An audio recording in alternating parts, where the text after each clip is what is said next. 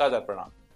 मैं doctor OP Mishra the संकेत live से आज हम एक ऐसे प्रश्न पर चर्चा करने जा रहे हैं जो केवल नाम बदलने की राजनीति का नहीं बल्कि राष्ट्र की सोच, शासन की दिशा और लोकतंत्र की गहराई का प्रश्न है। सवाल सीधा है, क्या नाम बदल देने मात्र से गुलामी की सोच बदल जाती है? समय समय पर हमारे देशों में सड़कों, शहरों, संस्थानों, कानूनों और योजनाओं के नाम बदलते गए और ये सिलसिला आज भी जारी है। समर्थक कहते हैं ये ऐतिहासिक न्याय है, विरोधी कहते हैं ये प्रतीकात्मक राजनीति है। लेकिन असली सवाल इससे कहीं बड़ा है, क्या केवल नाम परिवर्तन से मानसिकता बदल जाती है? अगर कुत्ते का नाम हम बदल कर कुछ दूसरा बदल दें, कुत्ता कहने के बजाय उसको कुछ और कह दें, तो क्या वो पॉलिथीन चाटना बंद कर देगा क्या? नहीं ना। तो जो सोच का दायरा है, जो संस्कृति की दायरा है, वो नहीं बदला जाता। केवल जब तक प्रशासनिक संस्कृति, कार्यशैली और जवाबदेही नहीं बदली जाएगी, तब तक दोस्तों गुलामी केवल राजनीतिक शासन का परिणाम नहीं होती, वो एक मानसिक अवस्था भी होती है। जब कोई समाज अपने आत्मसम्मान, आत्मविश्वास और निर्णय क्षमता को दूसरों के अधीन मान लेता है, तब गुलामी की सोच जन्म लेती है। इसलिए नाम बदलना एक बाहरी परिवर्तन है, जबकि मानसिकता का परिवर्तन भीतर से आता है। उदाहरण हमारे सामने है।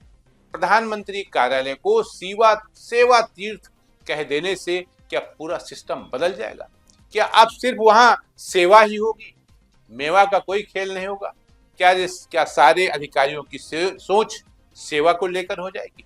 क्या प्रत्येक कर्मचारी बेचारी वही सोच हो जाएगी कि वो आम आदमी की भावना को किस तरह जलाए? तो मेरा ये कहना है कि सेवा तीर्थ कह देने से क्या पूरा सिस्टम बदल जाएगा? अब पहले उसको पीएमओ कहते थे, नॉर्थ ब्लॉक, साउथ ब्लॉक था, अब वो कर्तव्य पथ में चला जाएगा। तो राजपथ को कर्तव्य पथ कर देने से क्या हर अधिकारी में कर्तव्य की भावना स्वतः जग जाएगी? ये एक अहम सवाल है। केंद्रीय सचिवालय को कर्तव्य भवन कह देने से क्या फाइलों की गति तेज हो जाएगी?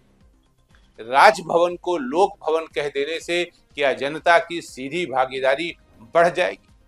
अकबर भवन को सरदार पटेल भवन, रेस कोर्स रेट को लोक कल्याण मार्ग, अकबर रोड को महर्षि वाल्मीकि मार्ग, मुगल सराय को पंडित दीनदयाल उपाध्याय नगर और जंक्शन, औरंगजेब रोड को doctor APJ Abdul Kalam road, Victoria terminus को छत्रपति शिवाजी महाराज टर्मिनस, हबीबगंज स्टेशन को रानी कमलापति स्टेशन, फिरोज शाह कोटला स्टेडियम को अरुण जेटली स्टेडियम, इलाहाबाद को प्रयागराज, फैजाबाद को अयोध्या और भारतीय दंड संहिता को भारतीय न्याय संहिता कह देने से क्या न्याय की गति तेज हो जाएगी?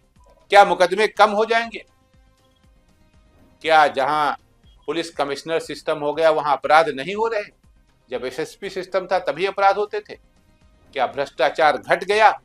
क्या बेरोजगारी कम हो गई? दोस्तों, नाम परिवर्तन का अपना प्रतीकात्मक महत्व हो सकता है। ये समाज को उसकी जड़ों को याद दिला सकता है, सांस्कृतिक स्वाभिमान को मजबूत कर सकता है और ये संदेश दे सकता है कि शासन सत्ता का नहीं, सेवा का माध्यम। लेकिन समस्या तब पैदा होती है जब प्रतीक को ही परिवर्तन मान लिया जाए, जब अक्षरों का बदलाव ही उपलब्धि बन जाए और व्यवस्था की जटिलताएं जस की तस रहें, संरचना वही रहती रहे, अधिकारी वही रहते हैं, नियम वही रहते हैं, प्रक्रियाएं वही रहती हैं, कार्य संस्कृति वही रहती है, पारदर्शिता, जवाबदेही और संवेदनशीलता व्यवहार से आती है, नाम से नहीं। यदि फाइलें महीनों तक लंबित रहें, यदि आम नागरिकों को दफ्तर के चक्कर लगाने पड़े, यदि निर्णय प्रक्रिया अपारदर्शी रहे, तो नाम चाहे जितना प्रेरणादायक हो, चाहे कर्तव्य भवन कह दीजिए, चाहे सेवा सदन कह दीजिए, कुछ भी कर दीजिए, व्यवस्था का चरित्र नहीं बदलता है। वास्तविक परिवर्तन तब आएगा जब निर्णय प्रक्रिया पारदर्शी हो, जब जन भागीदारी बढ़े, जब उत्तरदायित्व तय हो, जब परिणाम आधारित प्रशासन हो, जब नेतृत्व संवेदनशील और जवाबदेह हो, जब शिक्षा में आलोचनात्मक सोच को स्थान मिले, जब शासन व्यवस्था डिजिटल और पारदर्शी बने, जब भ्रष्टाचार पर कठोर कार्रवाई हो और जब नागरिक स्वयं निर्णय लेने का साहस विकसित करें, तभी नाम बदलने का कोई मतलब है। दोस्तों, इतिहास को लेकर भावनाएं स्वाभाविक है, लेकिन इतिहास मिटाया नहीं जा सकता, उसे केवल समझा जा सकता है। लाल किला केवल एक साम्राज्य का प्रतीक नहीं भाई, वो भी तो गुलामी का प्रतीक है, मिटा दो उसको। लेकिन वो स्वतंत्र भारत के आत्मसम्मान का भी मंच है। ताजमहल केवल एक मकबरा नहीं, बल्कि विश्व पटल पर भारत की पहचान है। सवाल यह है, क्या हम अतीत से संघर्ष कर रहे हैं या वर्तमान की चुनौतियों से ध्यान हटा रहे हैं? बेरोजगार युवा क्या नाम परिवर्तन से रोजगार पाएगा? क्या कर्तव्य भवन बन जाने से या पीएमओ का नाम बदल देने से, सेवा तीर्थ कर देने से क्या भारत के बेरोजगारों की बेरोजगारी खत्म हो जाएगी? सबको रोजगार मिल जाएगा? नहीं ना। तो नाम बदल देने मात्र से क्या होने वाला? कुछ नहीं। क्या स्वास्थ्य व्यवस्था सुधर जाएगी देश की? नहीं ना। युवा क्या नाम परिवर्तन से रोजगार पाएगा? किसान की आय क्या पट्टिका बदलने से दोगुनी होगी? न्यायालयों में लंबित मुकदमे क्या नए नाम से जल्दी निपटेंगे? राष्ट्र निर्माण का असली पैमाना नारे नहीं, परिणाम होते हैं। यह नाम बदलना सांस्कृतिक स्वाभिमान का प्रतीक है, तो उसी दृढ़ता से प्रशासनिक सुधार, शिक्षा की गुणवत्ता, स्वास्थ्य सेवाओं की मजबूती और भ्रष्टाचार के खिलाफ कठोर कदम भी दिखने चाहिए। वरना ये खतरा बना रहता है कि नाम बदलेंगे लेकिन हालात नहीं बदलेंगे। इसलिए निष्कर्ष साफ है, नाम परिवर्तन शुरुआत हो सकता है, अंत नहीं। यदि व्यापक सामाजिक और मानसिक परिवर्तन की दिशा में पहल कदम है तो उसका स्वागत होना चाहिए। लेकिन यदि ये केवल प्रतीकात्मक उपलब्धि बनकर रह जाए तो ये सिर्फ पट्टिका पर लिखे अक्षरों का परिवर्तन होगा, मन और व्यवस्था का नहीं।